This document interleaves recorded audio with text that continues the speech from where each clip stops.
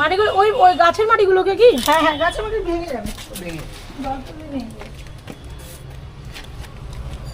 ব্যাস, একটু জল দিয়ে দেবেন।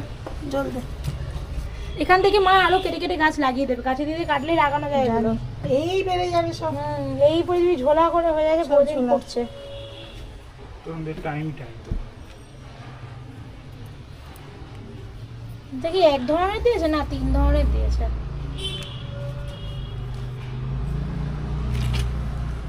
আর মাটি লাগবে? না না লাগবে না, তাই না? লাগবে না, আর লাগবে না, ধনের জন্য তুলে দে। ধনেটা পরে তুলবে, আগে একটু জল ছিটিয়ে দে। জল ছিটা, জল ছিটা।